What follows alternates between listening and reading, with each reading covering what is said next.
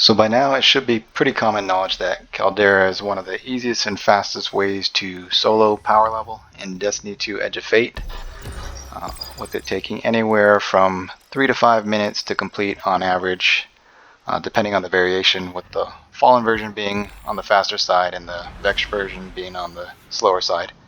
Obviously modifiers and power level of enemies will come into play, but it's pretty consistent across the board. The mission is pretty straightforward.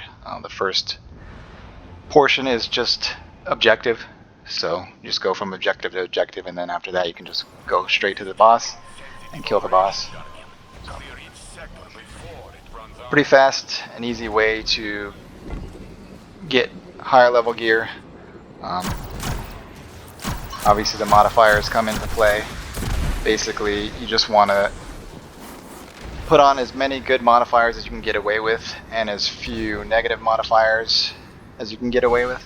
So depending on your power level compared to the activity, the lower power level you are, less negatives you'll need, the more positives you can use, whereas the higher power level you are compared to the activity, the more negatives you'll need and the less positives you'll be able to get away with and still get that A rating. So basically when you're running from objective to objective, you just want to get a few kills here and there, work towards that secondary objective. So this one is weapon takedowns. It could be like ability kills or precision kills, that kind of stuff. So you want to make sure you're getting that secondary objective completed, otherwise you won't be getting that A ratings, and without the A rating, the drops will be one less power level. So you're trying to maximize the time spent and the rewards. You want to make sure you're getting that A rating, so you gotta complete those secondary objectives. But yeah.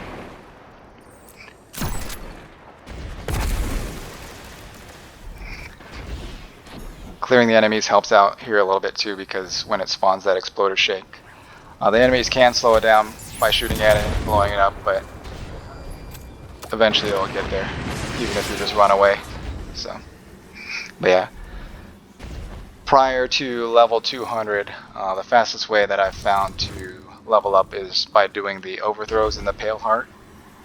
Even though it's old gear and old weapons, the activity drops, so many drops. So just killing the enemies, looting the chests from the enemies and just around the world, and then the rank up packages from Ghost. By just playing that area, you get a bunch of rank up packages with Ghost. So that seems to be the fastest way that I've found to level up to 200, and then after 200, the portal activities are going to be your best bet, because it's pretty much the only way to get higher than power level 200 stuff is through the new Edge of Fate stuff. So, and then Caldera's definitely one of the most consistent, one of the fastest, but when it's the Vex version it's a little bit slower, so I actually prefer the K1 Fallen version or the Skywatch Hive version,